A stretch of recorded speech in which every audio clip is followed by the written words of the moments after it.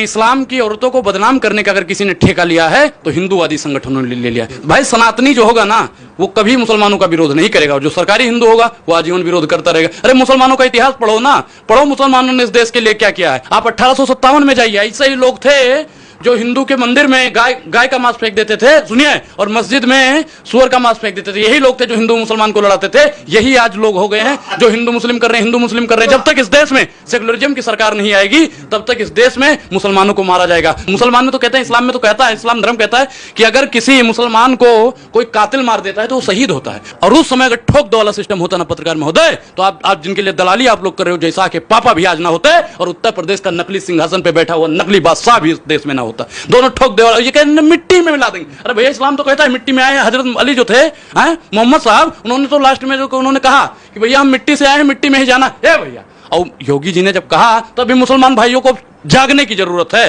जब तक वो जागेंगे नहीं ना तब तक आए दिन मारे जाएंगे भाई। वो मैं सीधा बोल रहा हूँ। योगी जी को जो धमकी आ रहा है, अरे योगी जी को धमकी, अतीक के मरने के बाद भैया 2009 में सदर के नहीं है। सभापति महोदय आप बताइए, मैंने अपना घर बार किस लिए छोड़ा था? सभापति महोदय मैंने अपना घर किस लिए छोड़ा था? सभापति महोदय आप ही बताइए, मैं कहाँ जाऊँ? क्या मैं, कौन रो रहा? योगी जी रो रहे थे। मैंने अपने जीवन से संन्यास लिया है अपने समाज के लिए। मैंने अपने परिवार को छोड़ा है, मैंने अपने माँ बाप को छोड़ा है, लेकिन आज मुझे अपराधी बनाया जा रहा है महोदय। मेरा ये कहना है, हम जो लोग बोलते हैं कि मैं हिंदू हूँ, मुसलमान बोलता है मैं मुसलमान हूँ, सिख बोलता है मैं सिख हूँ, क्रिश्चियन बोलता है मैं ईसाई हूँ, तो सब लोग अपने अपने धर्म का अपना परिचय देते हैं। तो मेरा सवाल ये है कि इस धर्म को बनाया किसने है, और अगर बनाया है तो किस मकसद से बनाया है?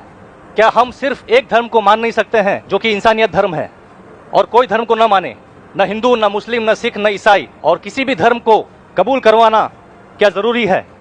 भाई साहब का अच्छा सवाल है, बहुत अच्छा सवाल है। और एक सवाल साथ में इसमें जुड़ा हुआ है सर, मैं पूछना चाहूंगा, बिना किसी धर्म को कबूले बगैर क्या इंसान नेक और सही रास्ते पे चल नहीं सकता है? और ये जो अपने अपने धर्म के गुरु हैं वो किस लिए अपने धर्म का प्रचार करते हैं और किस मकसद से करते हैं? ये मेरा प्रश्न है। भाई साहब का बहुत अच्छा सवाल है कि लोग कहते हैं मैं हिंदू हूँ, मैं मुस्लिम हूँ, मैं सिख हूँ, मैं ईसाई हूँ। तो ये धर्म को किसने बनाया? धर्म होना चाहिए कि सिर्फ, बिल्कुल सही है, धर्म होना चाहिए कि, और वो होना चाहिए इंसानियत। भाई साहब पूछते धर्म होना चाहिए कि, फिर पूछते क्या धर्म को कबूल करना जरूरी है और क्या एक धर्म में मानना जरूरी है?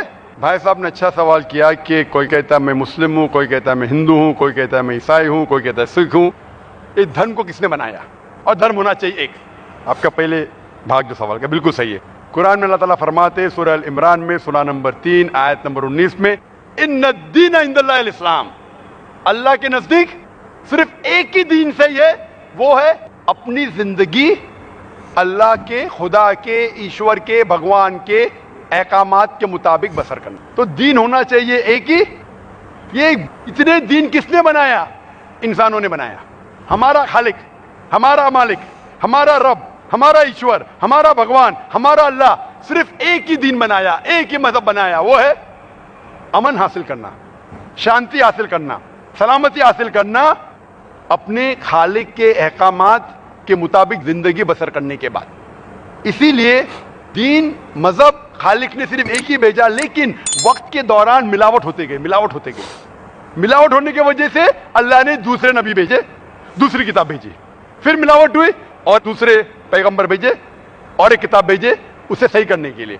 इस तरीके से अल्लाह के रसूल मोहम्मद सल्लल्लाहु अलैहि वसल्लम फरमाते कि अल्लाह ने इस जमीन पे 1,24,000 पैगंबर भेजे, कई किताबें भेजे। आखिरी किताब कुरान मजीद। कुरान में लिखा है सूरह राद में सूरा नंबर 13 आयत नंबर 7, बोली कुल्ली कौमिन हाद, कि हर कौम पे मैंने पैगंबर भेजा। सूरह राद सूरा 13 आयत नंबर 7 और सूरह राद सूरा नंबर 13 आयत नंबर 38 में कि हर दौर में हमने एक किताब नाजिल की।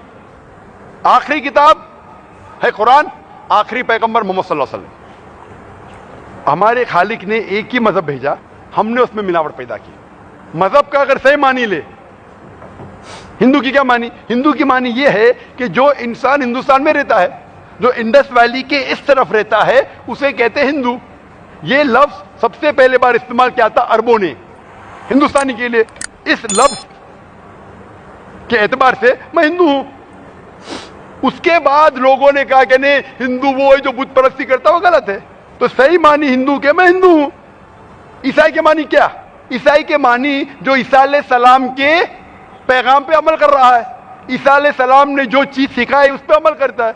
मैं कहता हूं कि मैं जो अपने आप को ईसाई कहते हैं उससे ज्यादा ईसाई हूं, क्योंकि मैं ईसा अलैहिस्सलाम के बातों पे और अमल करता हूं बनिस्बत वो लोग जो अपने आप को ईसाई कहते हैं। तो उस लिहाज से मैं और पक्का ईसाई हूं।